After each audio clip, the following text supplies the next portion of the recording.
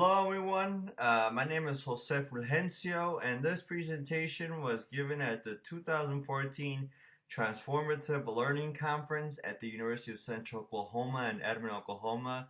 Edmond is a suburb right outside of the Oklahoma City area. It's a sort of metropolitan area. It's called Maximizing Social Media for Classroom Success. I'm a adjunct faculty, and at the time I was giving this presentation, I was a retention coach at UCO.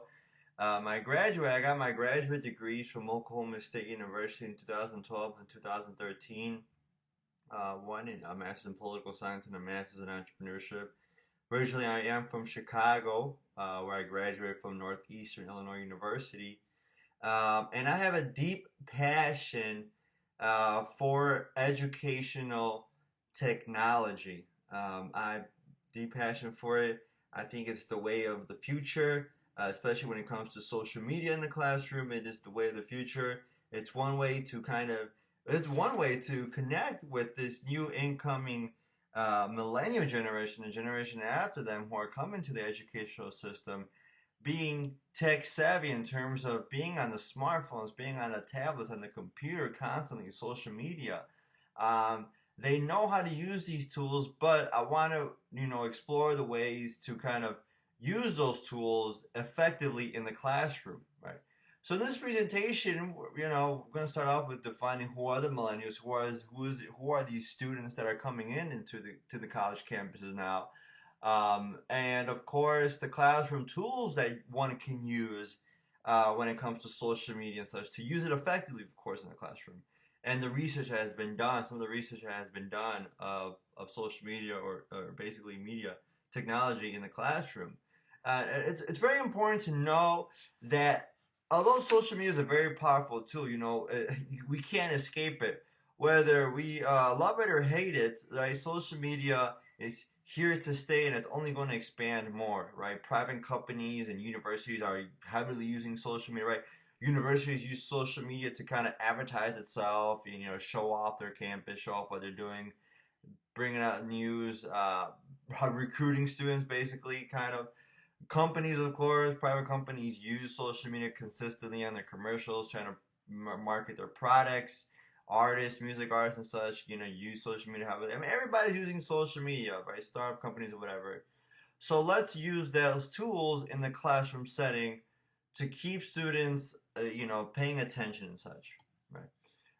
Of course, in transformative learning, what is it? And one of the things that I take away from it is something which can be experienced both by students and faculty.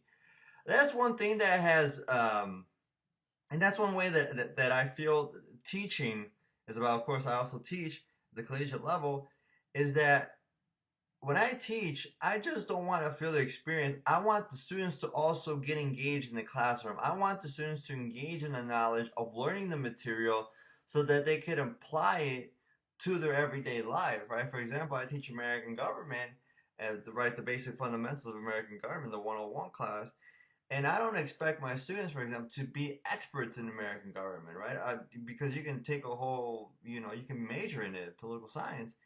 I want them to come out knowing the basic fundamentals of American government so they can go out and vote right properly, and they know when they watch the news that they can go out and basically know if that whoever's broadcasting the news, whether they're lying or not, or if they make an edible argument. But so I want my students to experience it, to know what the material is about, and that's what it's all about, right? Something which both can be experienced. And social media is one way that can happen, of course, in the classroom. The traditional way, of course, right, we've known that students, by death by PowerPoint or a huge black board, right, the blackboard, and of course, with all the writing on it, this one's, of course, a green board, but the case in point being that, students are not attentive to it, right? It's funny. One of these research studies have been done from the 21st Century Fluency Series was people can remember more than 2,500 pictures with at least 90% 72 hours after the exposure, even though they saw it for 10 seconds. But if you do that for an oral or text, only 10% is remembered after 72 hours. So people know more of the pictures than they do of the words, right? Or if you just say it. So it's, of course, we have to use something that's going to capture the student's mind. Whether it's, one thing that comes to mind is YouTube, right? You can use YouTube effectively in the classroom so students can remember, oh yeah, you know what? I don't remember exactly what that professor said or the instructor said about that material, but I remember the video that they played that kind of said this, and I can always go back to the video to remember what it was said in the classroom, right? Those videos can help out in remembering the material, right? Look at Khan Academy. I mean, it's a highly successful nonprofit company that students are learning a new way to be tutored, right? I mean, they watch these Khan Academy videos, and it's very helpful. Just an example. Um, Today's generation, of course, I mean, what college kid really doesn't have a laptop, right?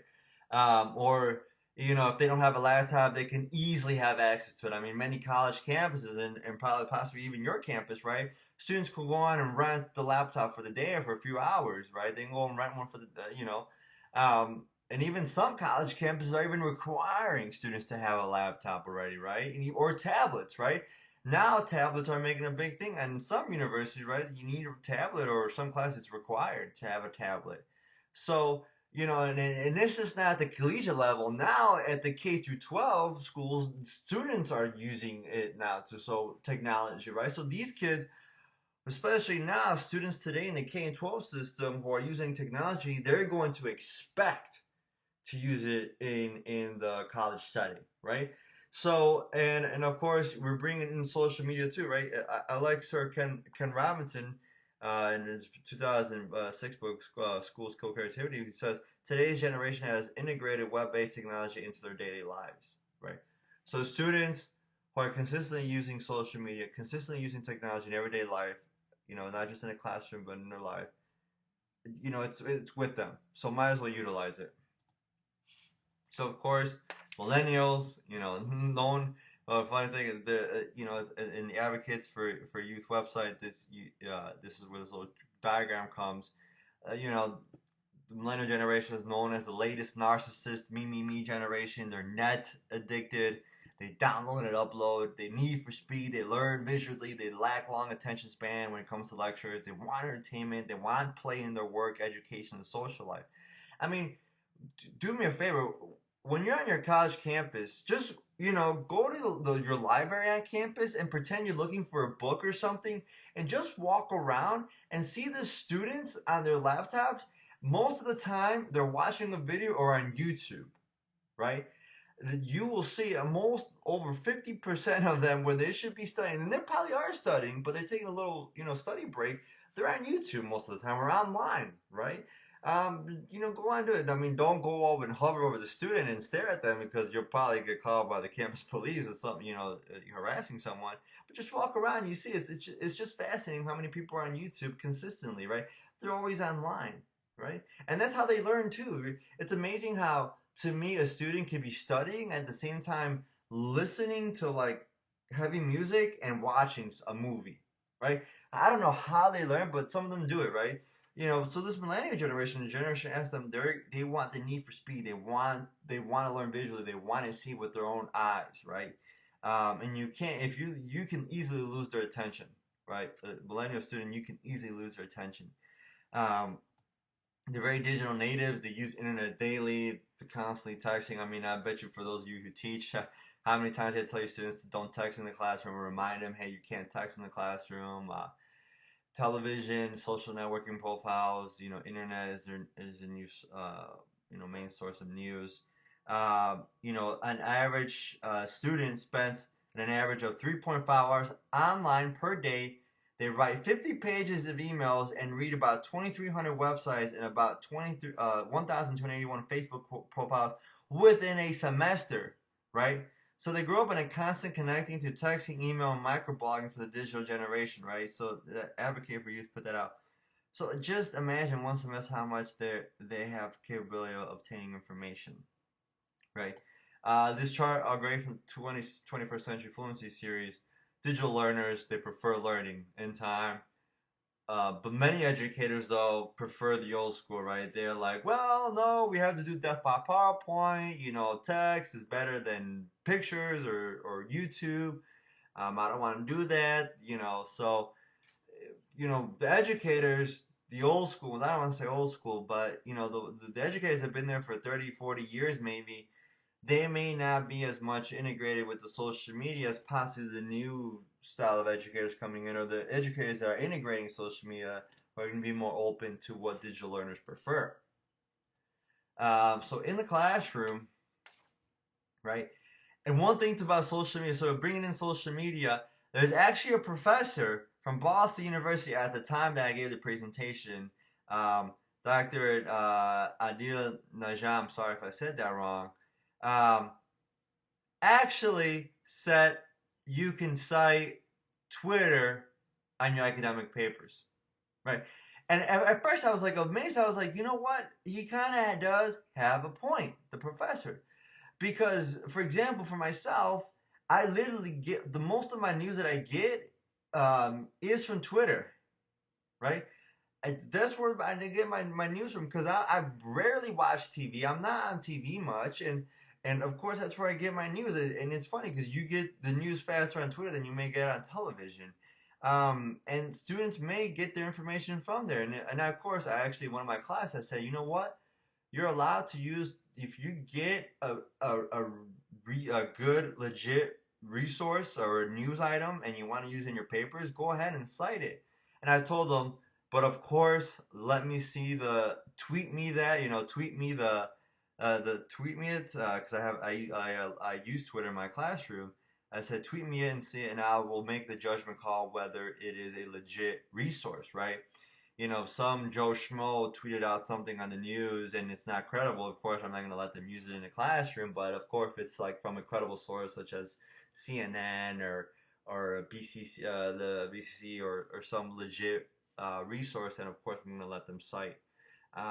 So that's just one way that social media is going into the classroom. Now you can actually, cite a tweet.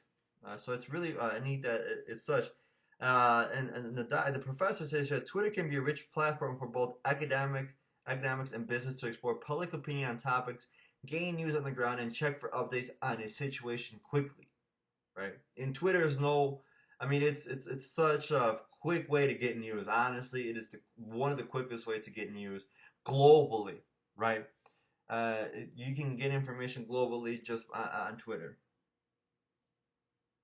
One thing, of course, here from Boundless blog that I found interesting was a college out in Nebraska, York College, which is a private institution, has eliminated the campus bookstore in terms of its books.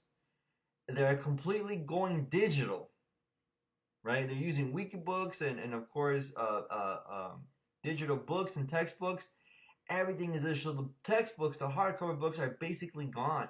The only thing they have in their bookstore is basically like T-shirts, the university, the shirts and the sweatshirts and all that, and of course I think it's a religious institution, so they still have some of the religious textbooks, but the majority of all the textbooks are all digital, right?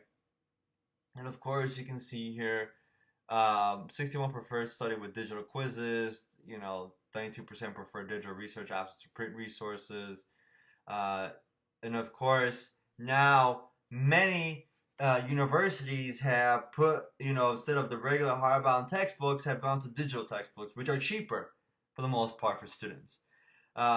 So digital textbooks is now the new thing, and of course, a lot of campus universities have expanded to that. It also saves money for the students. I mean, there's no reason why a student should spend $300 in a textbook that they're only going to use for one semester.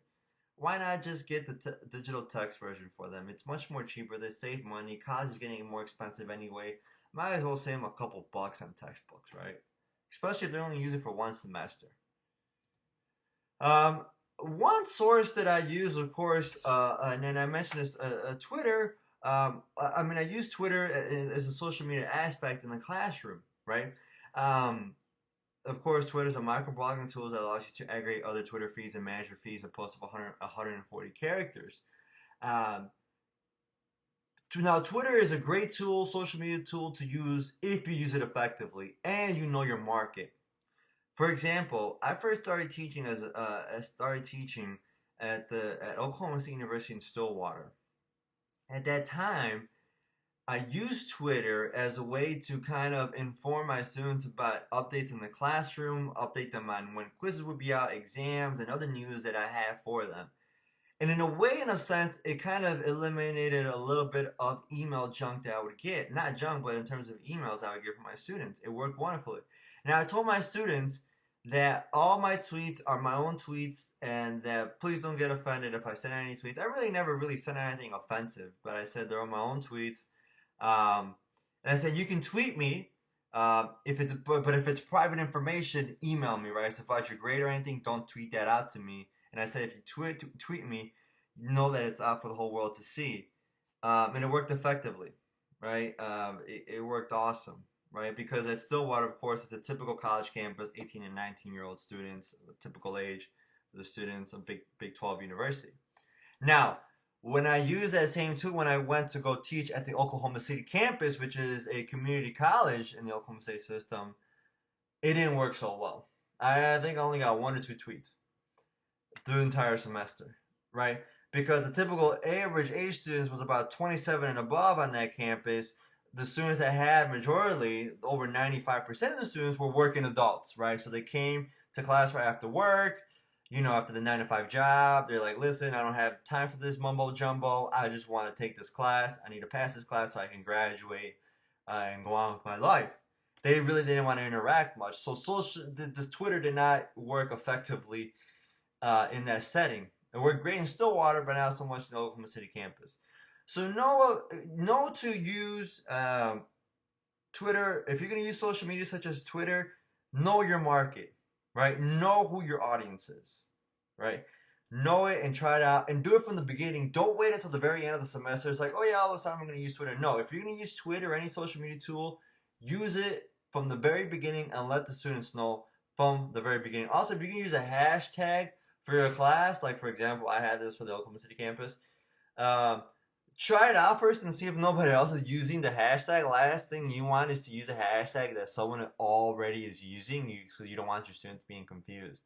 And make sure if you do use that hashtag, check it, right? Don't just have that hashtag and never check it, right? Or consistently check it because you are responsible for it, right? You're letting the students know, and students may not, tweet directly at you, but they'll tweet the hashtag. So make sure that and then I usually would do it with like send out tweets about news that I'll find, YouTube videos that they can see, because honestly in the classroom I had only so much time that I could not go over everything.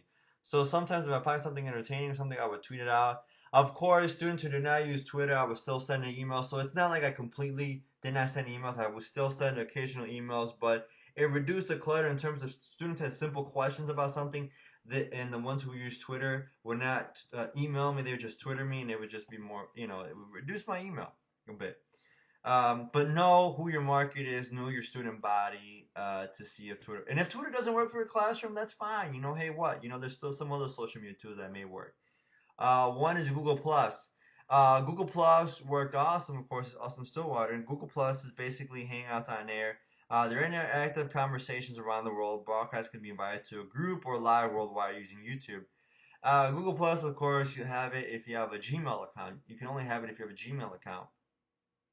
So I use the Google Plus Hangout when I would do when I have for my class at OSU Stillwater. When I would have review sessions for the exams, I would have Google Plus Hangouts for both my classes. It was a way to kind of, hey, listen, I had a review session. They would go on it, and it worked awesome. Students really liked it. And of course, Hangouts on Air is basically, so the Hangouts is basically for a certain group that you're just inviting. It's not open to the entire world. But if you do Hangouts on Air, it's open for the entire world on YouTube. And of course, it records on YouTube, so then you can send it out later. So Google Plus is really a cool tool to use. And actually, some universities have integrated, Gmail as their campus email. You already have a Google Plus account, so you can use it effectively. So that's another great tool to use in the in the classroom, Google Plus. Another great it's not so much social media, but a great educational technology tool to use in the classroom effectively for your lectures to get the students entertained and interactive. It's TED Ed, right? We've all heard of the TED Talks, um, but TED Ed basically has these lectures or these videos, these short videos. I don't think these videos are more than 50, like some of them are 5 to 10 to 15 minutes long. And of course, it teaches them on a certain subject. So there are many different areas of topics, from math to the hard sciences to the social sciences. So many broad topics, and you can use it to show in the classroom. So, for example, if you're doing a lecture, you can show the video for the first 10 minutes. And what the awesome thing about a TED Ed video is that it has questions that you can add, you can use in the classroom, right, from the video. So it's really great. For example, one time I was teaching this class called Success Strategies at UCO, University of Central Oklahoma, and we were reading a book, a John C. Maxwell book. I believe it was Today Matters. I can't remember exactly the title of the John C. Maxwell book, but one of the chapters was, of course, on faith. Now, it was a very touchy, being that it was a public institution. Um, when we read that chapter, of course, I told students, listen, if you don't feel comfortable reading that chapter, I'm not forcing you to read it. Okay, that was one of the very few chapters. That was probably the one only chapter that I let students slide by if they didn't want to read it, because because it talked about religion and faith and all that, and some students were just not comfortable with it. Of course, being a public institution, I couldn't enforce it that much. I couldn't force a student to read something about faith or something if they didn't believe in it. So, but for that chapter, it was kind of tough. I was like, man, how am I going to teach this chapter? And so instead, I found this great TED Ed video on the history or the lessons on the top 5 religions of the world. That basically have a history lesson. Hey, this is what this religion's about. The basic knowledge of this religion. And that's pretty much it, right? And it worked. The video worked great, because it gave the history lesson of the top 5 religions. I think it was like 10 minutes or so, really quick. And students were very interactive about it. They were open to it, like, okay, this is cool. Now I know the history of the Muslim faith or Islam or Christianity or such. So it really, it made the subject of the lecture much more easier to use. So TED Ed is a great tool to use in the classroom. One of the two, of course, Snag, and what I'm using right now is a screenshot program that captures video, display, and audio. You don't have to purchase it for your own self. Some campus universities have it already, so you can use that.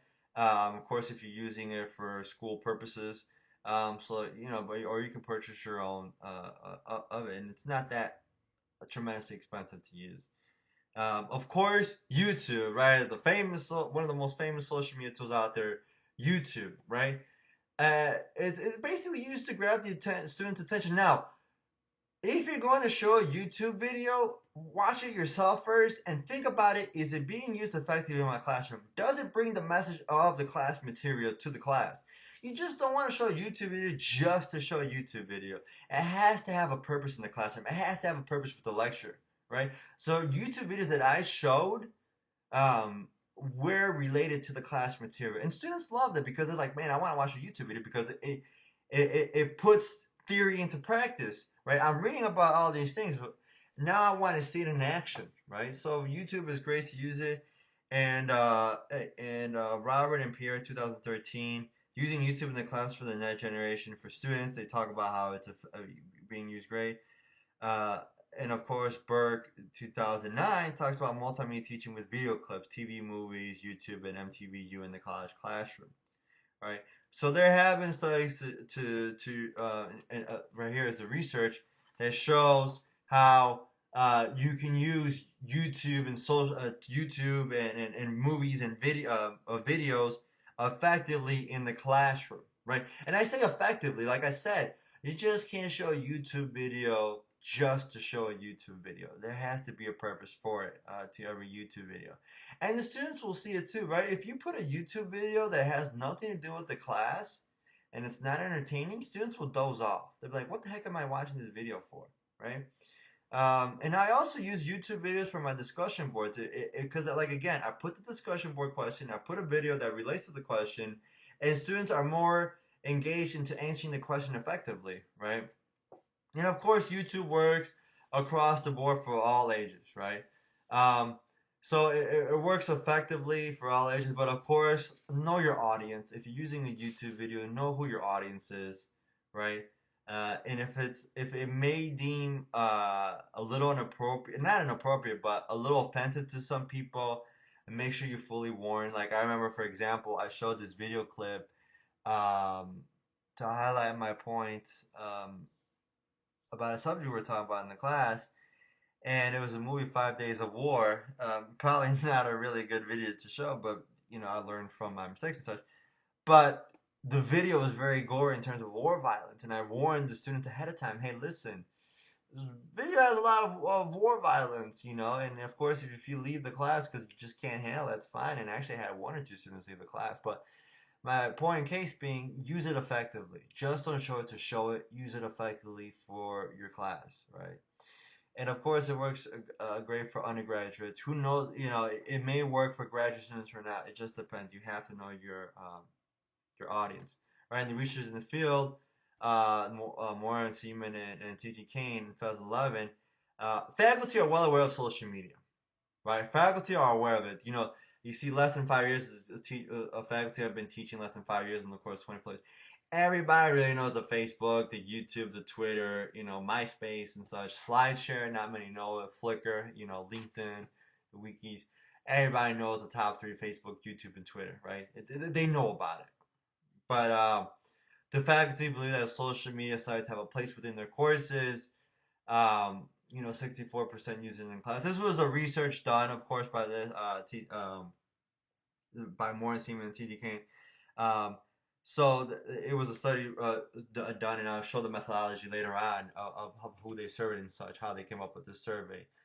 And of course, faculty class use of social media by online teaching status, you know, more people, the faculty or the adjuncts who teach online are more prone to use social media in the classroom than those not online, post content for class and such. So it just varies. People who teach online and people who don't teach online. Faculty use of video and other types of social media by online teaching sites, of course. Non-video only, video plus other sites. It just depends. Um, Faculty opinions of using social media. Educators should use social media to teach students that they are in. Strongly agree. Some are very neutral about it. Notice how it's neutral. They're some faculty don't want to use social media for the intended purposes because they have mixed emotions about it, right? And I show right here, of course, privacy concerns is one of them, right? If I have a Twitter account, one of the questions is like, do I want my students to know about my private life? If I have a Facebook, I don't want my students to know about my private life, right? I don't want students to know about my kids. I don't want them to see pictures of me and my kids. And that's a legitimate concern. That's a legitimate way. The reason why, some professors don't want to have a Facebook sharing with their students or a Facebook profile and share it with their students to interact with them. Hey, we all want to think that all students are angels, but there's some bad apples. Just like any bad apples in society, sometimes there are some students, we just don't want to, everybody to know about our private lives. And one way I can say about Facebook, if you use Facebook in the classroom, you can create a group only and invite only the students to use it. Or you can create another profile that's just for students, and you can hide your private one, your private life somewhere else. Or you could create a Facebook page for yourself or for your class. Hey, why not? And use that for classroom purposes. Twitter, you can tell students, this is just to have a Twitter account for classroom purposes. And this is a Twitter. So it's just the privacy concerns, or it takes too much time, or lack of training could be one, right? Some faculty really do not know how to use social media effectively in the classroom, and I definitely would like to come out to your campus university, to be able to train faculty on that. But of course, um, of course, like I said, you just can't show YouTube to show YouTube. You just can't use Twitter to use Twitter. You have to use it effectively and know how to use effectively. Faculty opinions about social media for the class. It's kind of that neutral position. Should I use podcasts and videos and blogs? And Should I use it as a collaborative learning tool, social media? So it's it's a neutral position, right? They have mixed emotions about it. It's perfectly legit and fine. Of course, Burke 2009 also says watching videos and multitasking. Students today are doing all the above, right? How many times have you seen students on campus or in a library or in a cafeteria? They have their headphones on, they're watching a YouTube video or listening to music and studying and talking and doing all the above, right? They're doing everything. Who knows how they really learn, but they're doing everything. So you have to use something catchy tool now to use in the classroom to catch these students' attention. And also, videos can have a powerful emotional effect, right? Decide the effect they want to produce in a given life situation.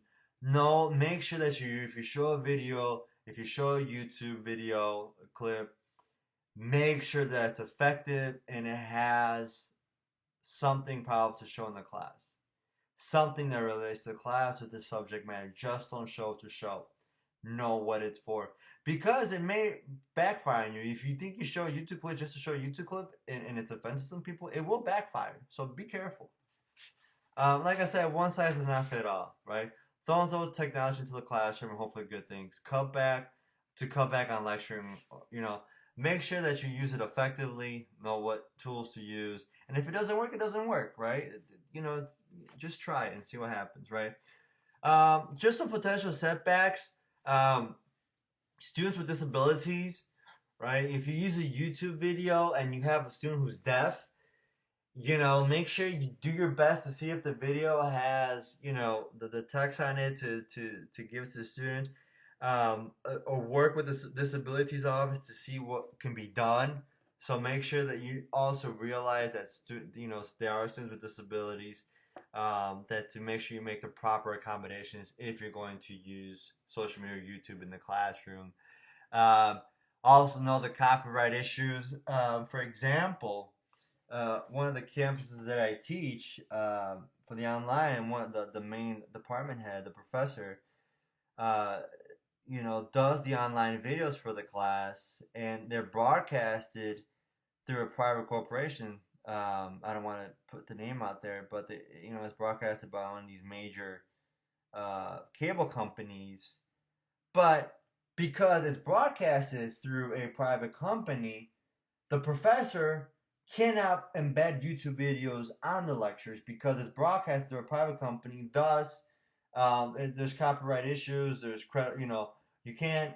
It cannot be done, right? For some reason. But of course, when I record lectures and I put it on of course on D2L, on the system that we use, D2L. It's for educational purposes. I'm not gaining any money from it. It's all educational purposes, and of course, I highlight where the resource is coming from, and also make sure that you have credible videos. Right? If you don't know where to start, go to TED Ed or TED Talks. Those are credible videos, to start off with. If you go on YouTube, make sure it's credible. Just don't put a video from Joe Schmo. Make sure it's a credible source. And don't put your personal politics into it. Make sure it's a credible source that you're getting it from, right? CNN, Fox News, or whatever, BBC. Make sure that it's a credible source that you're getting your resources from, right? So, I do want to show, but I can, if you email me, there's a video that I show. But of course, I can email you the video. In the end, bring it to the students, make it alive, collaborate. Just bring it to the students, right? It's a two-way street. It's not a one-way street. The students come into the class ready to learn. Give them something that they can remember once they leave the class, right? Even if it's the YouTube videos that they remember that's about the class, that's great because they will take that with them. Like, you know what? I don't remember exactly what the professor always said in the class, but I remember that YouTube video he showed, and that's great because they can use that after the class. So make sure that it's a two-way street. And of course, some of the tools that you can use: YouTube, Vimeo, another video site, Twitter, Google Plus, Facebook, Google, of course, TED Ed, TED Talk, and other resources you can use. These are just some of the tools that you can use. Of course, podcasts, you can use wikis, such. So make sure that all the credible sources are out there. These are just some of the tools that you can use. Of course, if you have any questions, you can email me, check me out, and definitely connect on Google Plus, Facebook, or Twitter. Or if you want me to come out to your campus, university, or organization, I would be more than happy to do so.